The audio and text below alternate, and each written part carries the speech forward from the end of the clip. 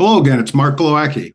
This month we wanted to talk and show off a few of the campus leaders living at the Acacia House. Welcome, guys. Thanks for joining. I appreciate you taking a few minutes away from what I'm sure is constant studying. I can only see one guy in a classroom setting. That would be Jared. Everybody else looks like they're in pre-cocktailing mode, especially you, Andrew. You got a date or something? You look like you're all cleaned up, ready to go out, brother. Adam told me professional. Oh, there you go. There you go. Dressed up for you, Mark. So, yeah, right.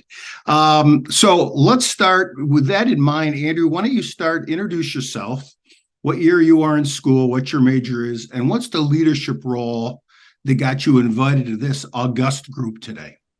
Yeah, so hi, everyone. My name is Andrew Askounis, and I'm a senior at Purdue doing a double major in accounting and finance. I am part of the CHOP pledge class from fall 2020. At the House, I was the CHOP pledge class president, and then I went on to serve 2 years as the recruitment chair.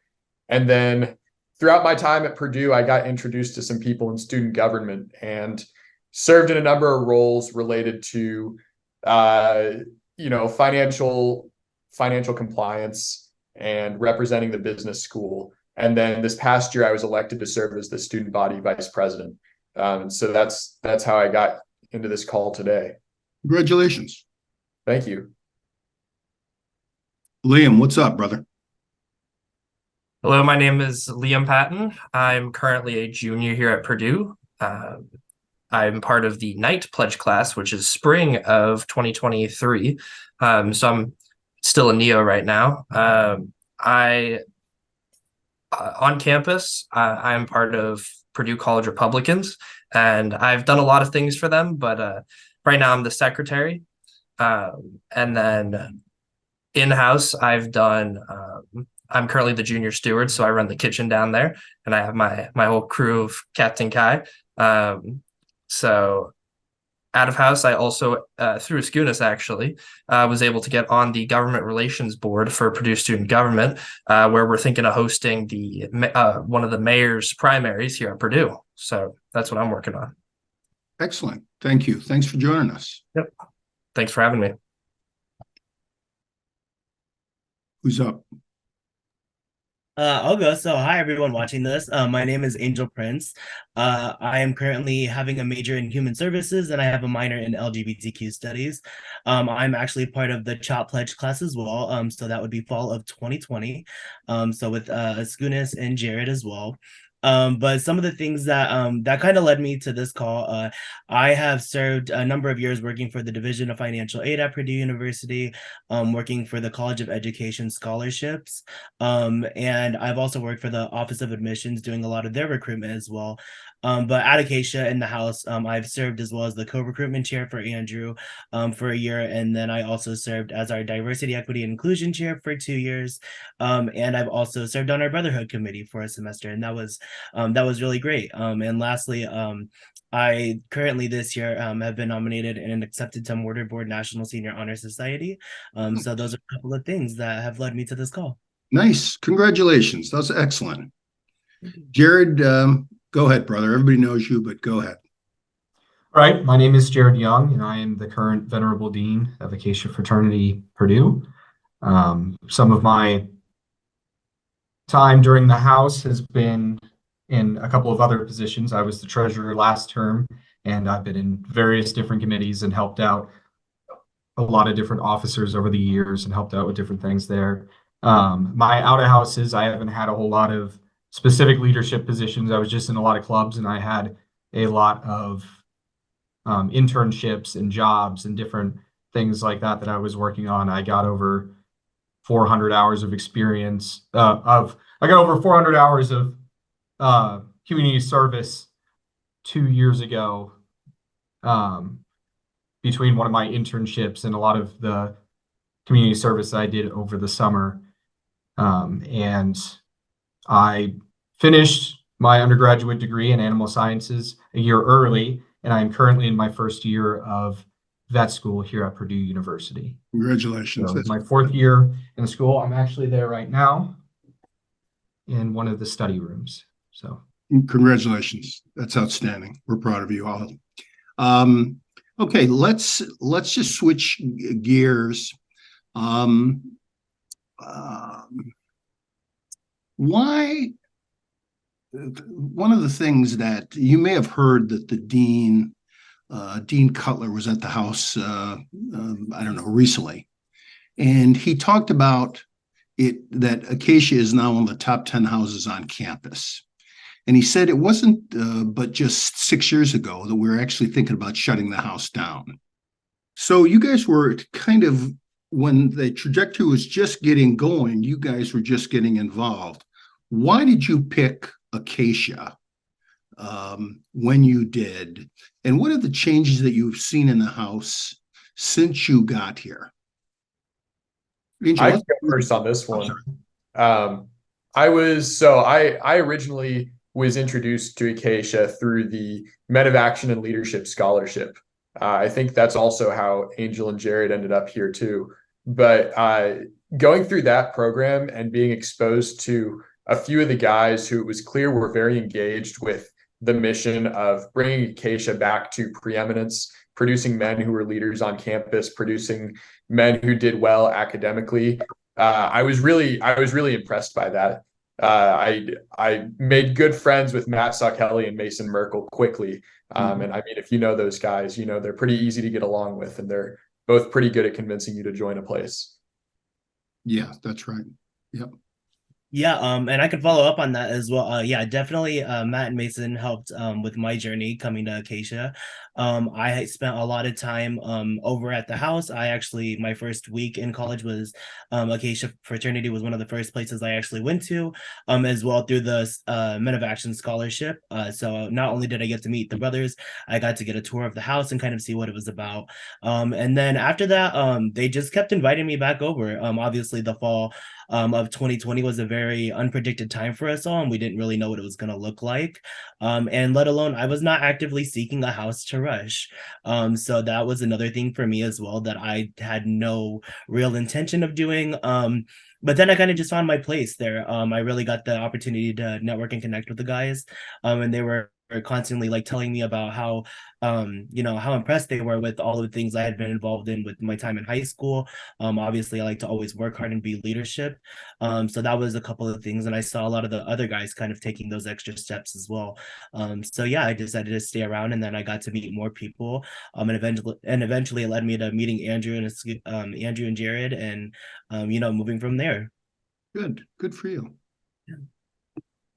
Yeah, so kind of going off of what Andrew and Angel both said, I think we were all brought in by the scholarship, and that was the first thing that brought us in because a commonality between a lot of Acacians back whenever a commonality between a lot of Acacians in my pledge class and a lot of Acacians to come afterwards is that most of us who are actively in the house were not planning on joining a fraternity and were not interested in Greek life whenever we first came to college. And that scholarship program is what brought us in to the house and what got our foot in the door. And once we were here, we talked to some of the guys who were here. For me, it was, yes, Matt Saukelli and specifically Aaron Varnaugh were two of the guys that I really hit it off with the most. And I kept coming back. It really was not so much the building and some of that stuff, because whenever we first got here, a couple of major projects had been done over the years leading up to us getting here in 2020. But for the most part, the house was kind of in disrepair. It wasn't in the worst shape. It was definitely livable, but we weren't here for the house. We were here for the people and the brotherhood and what we found whenever we got here. So we didn't know what Greek life was going to be like. So we weren't interested in trying it. But then whenever we got here, we found out that it was so much more than what the media, what public perception lays it out to be. And it really is, as Brandon Cutler said, the genuineness of the people in the house and how much people actually care for each other. And I think that everyone who comes in to Acacia by the end of their pledgeship by the time they become a brother.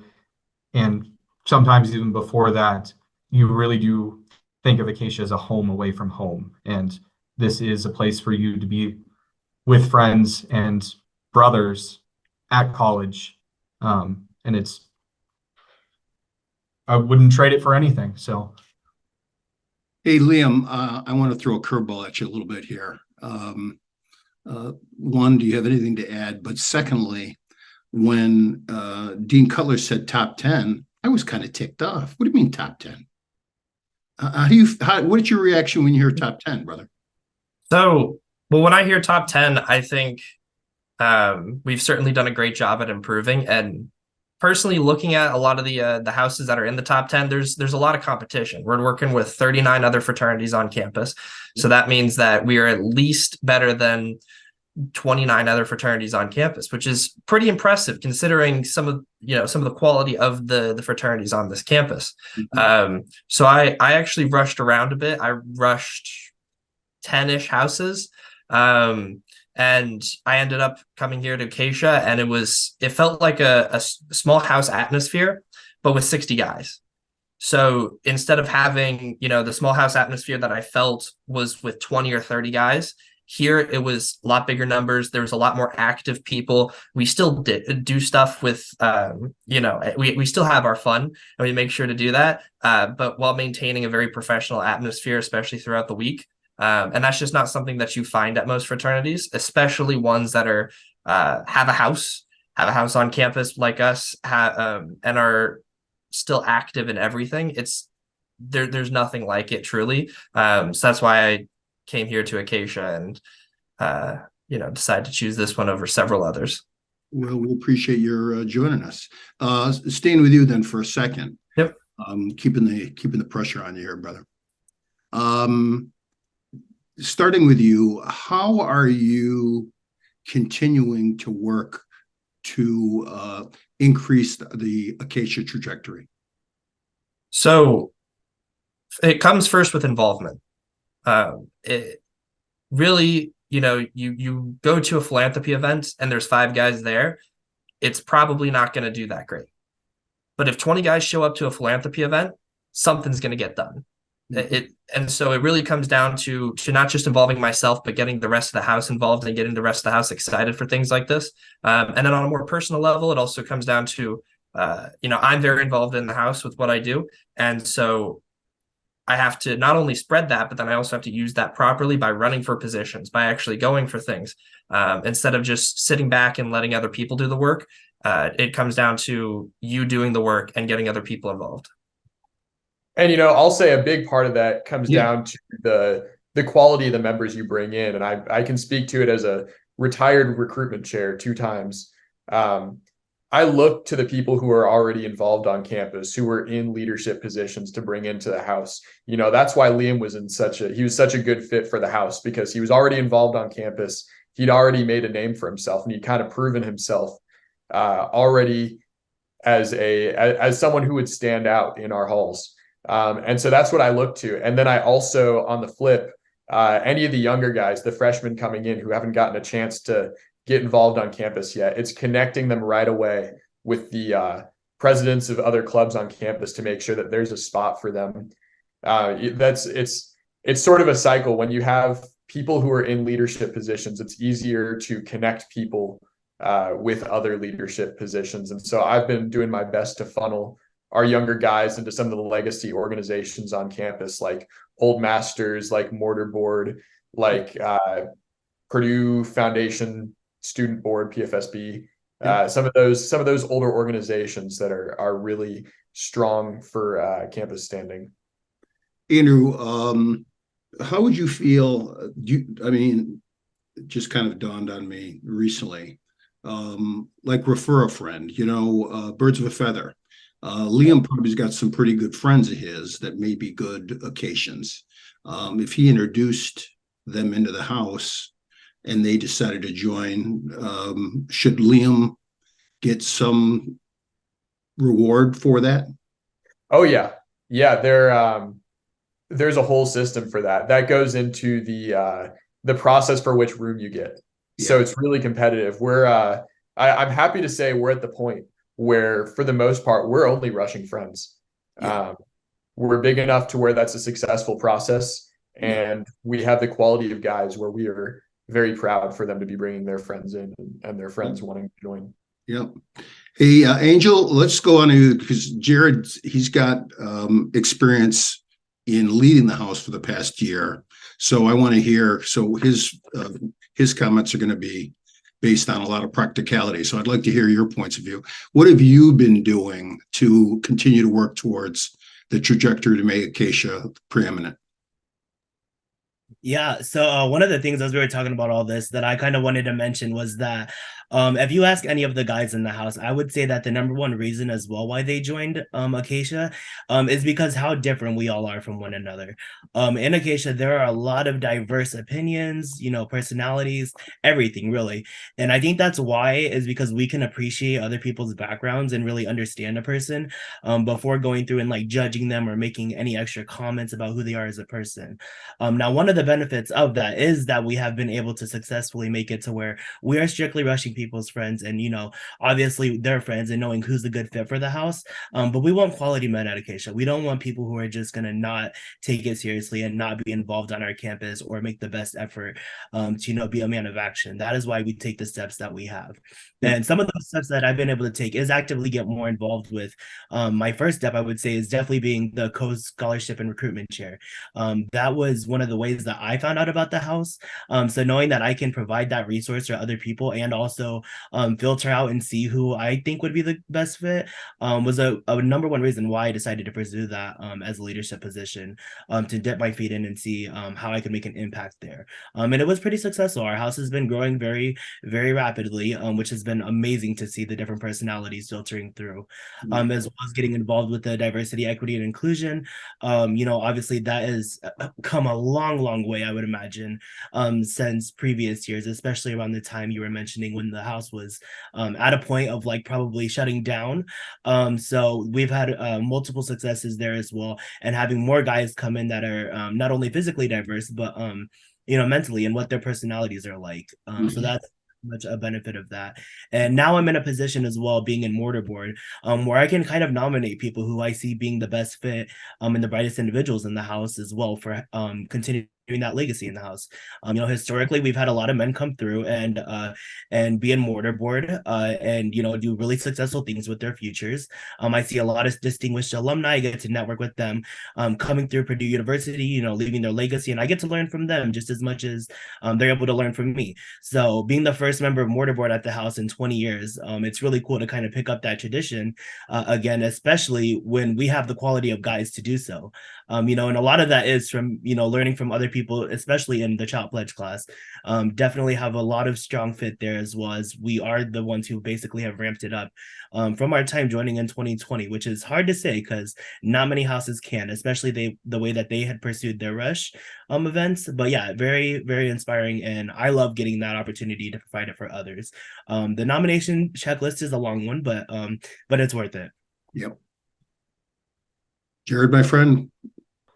It's a very loaded question, and Yes. there's a lot of different ways that I could lead this. I'll try to go a little bit less boring and specific, but during a lot of our leadership training for presidents and IFC, they have a very good program for training how to be a good president, how to be a good leader, that all presidents of IFC are invited to at the beginning of their terms. And they talk a lot about motivating the middle, because you're always going to have a group of guys that are a little bit less involved and maybe don't show up to things. And you're going to have a group of guys that are self-motivated, very high performing academically, want to be leaders, get involved. But then about 60 to 80% of your members in any given organization are what is known as the middle. And they're these guys that want to be involved and are kind of middle of the line, whether academically or with positions or involvement. And sometimes they just need a little bit of motivation and a little bit of guidance on how to really succeed in life. Because ultimately, our goal being here at college, it's to have fun, but it's also to build ourselves as leaders and make ourselves prepared to join the workforce and go out and change the world and be successful in whatever it is that we're doing in our lives.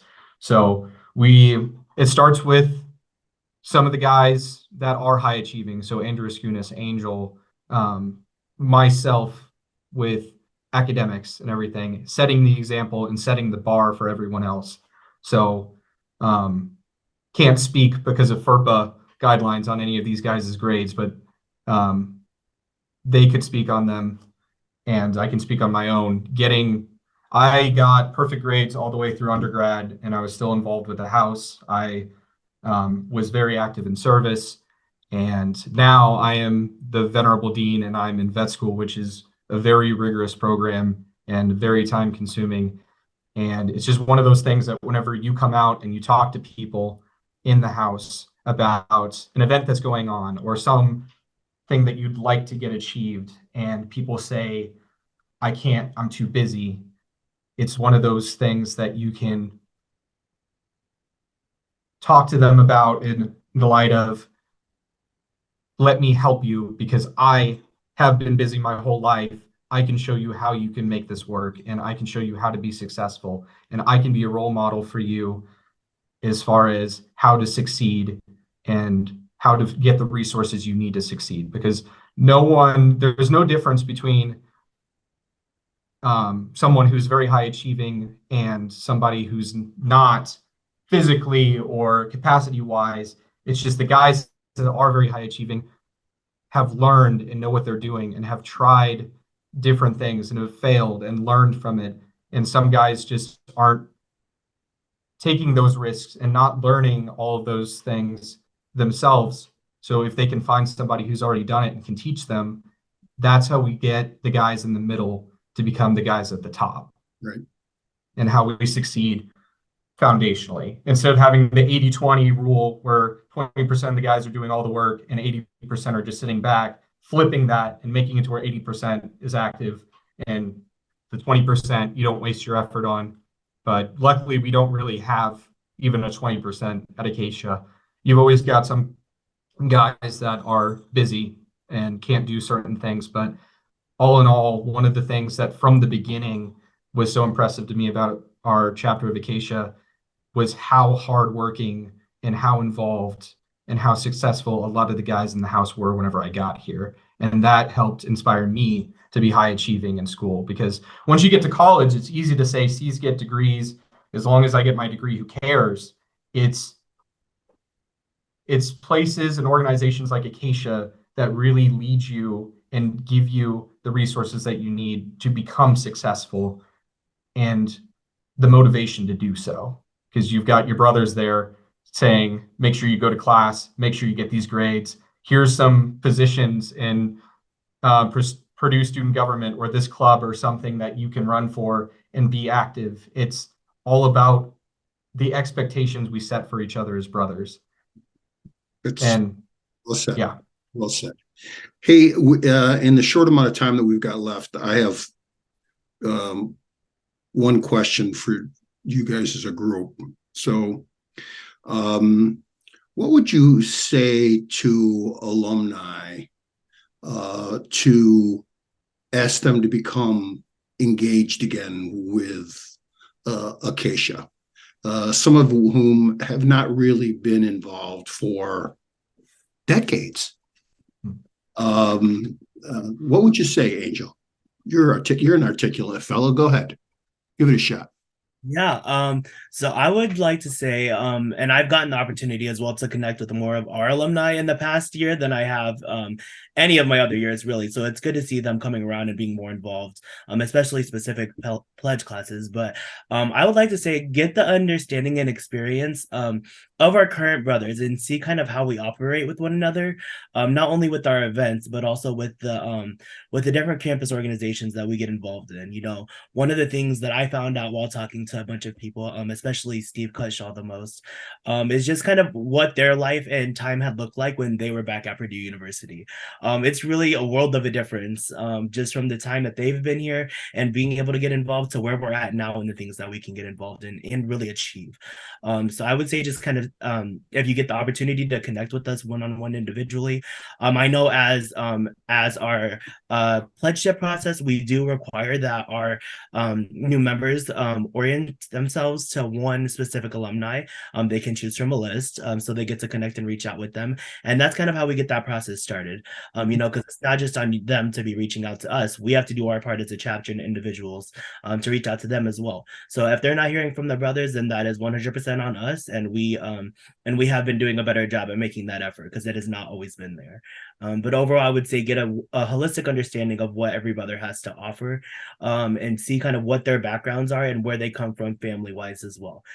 Being a close-knit brotherhood, that's like one of the first things that we talk to each other about. We don't just say hi to each other and walk past one another like in the halls. We actually ask each other how our lives are doing outside of school, and that's really what gives us the opportunity to connect on a really, really in-depth level with one another. Liam, what would you say to alumni to encourage them to get more involved with the house again? Well, especially as we grow as a house, there's a lot of stuff that was unfortunately lost that we used to do, traditions and just general activities. So, for example, when I was a pledge last semester, I talked to one of our amazing alumni, and he gave me like 3 or 4 great ideas that he used to do when the house was big and when he had a ton of involvement and all of that, and those traditions and those activities were just lost. And so what the most important thing that alumni can really do for the house is just to pass down some of the things that were lost, to tell us those stories, to give us those ideas, the things that worked for them, to get them to where Acacia was one of the top 3 houses on campus, if not number 1. And how do we get back there? What were they doing that got them there? And a lot of that, unfortunately, was lost. And so we're really trying to work hard to get that back, and just try and find that history. I'm the historian here at Acacia, and just trying to dig up everything and find what we did, what was successful, what went right, what went wrong. A lot of that information was also lost. But alumni remember it. Alumni were there. And so if we can get that and make that connection, I think that can grow the house and make the house better in, far more than anything else. You don't know, pardon me, you don't know what you don't know, of course, so you don't know what to ask. But I mean, I think one of the challenges that we have as alum is, we don't want to sit here and say, when we lived there, we had to walk up to Granite. It was uphill both ways, and didn't have shoes and socks on, and it was snowing, that kind of thing. And we don't think we want you guys to hear that. But there probably is things. Well, I know there's things that we could move back towards if that's what you guys wanted to do. Andrew, what's the last thing that you'd like to tell the alums about re-engaging? Acacia's a really special place. We all hold Acacia in a special place in our hearts. And I mean, it's the cheesy Greek life slogan. It's not 4 years, it's for life. I mean, that's really the truth. If you want to get back involved, just give someone a call. I mean, any of the active brothers are more than willing to sit down and chat. We want to hear stories. We want to hear about your experience, and we'll share our stories, because I imagine y'all have some fun stories. We've got plenty of fun that we've had over the past few years. And I mean, it's a really great place. It's definitely my home away from home. It's been my most valuable experience and the most valuable people I've met in college. So just glad to have been a part of it. It's good to hear. Last question. Because this is a brief chat, you guys, and Jared, we're going to start with you here, brother. Boxers or briefs? Boxer briefs. Oh. Best of Angel. both worlds. I am also a boxer briefs type of guy. You guys. Liam. Briefs all the way. Okay, here we go. Good Republican boy. It's okay to be wrong. Yeah. I got to go with the boxers. You need that airflow. Okay, guys. Well, I want to thank you guys for spending a few minutes sharing your thoughts with a bunch of old guys. This is going to show up next week on the Acacia Brief. I hope you have a good semester. Thank you again.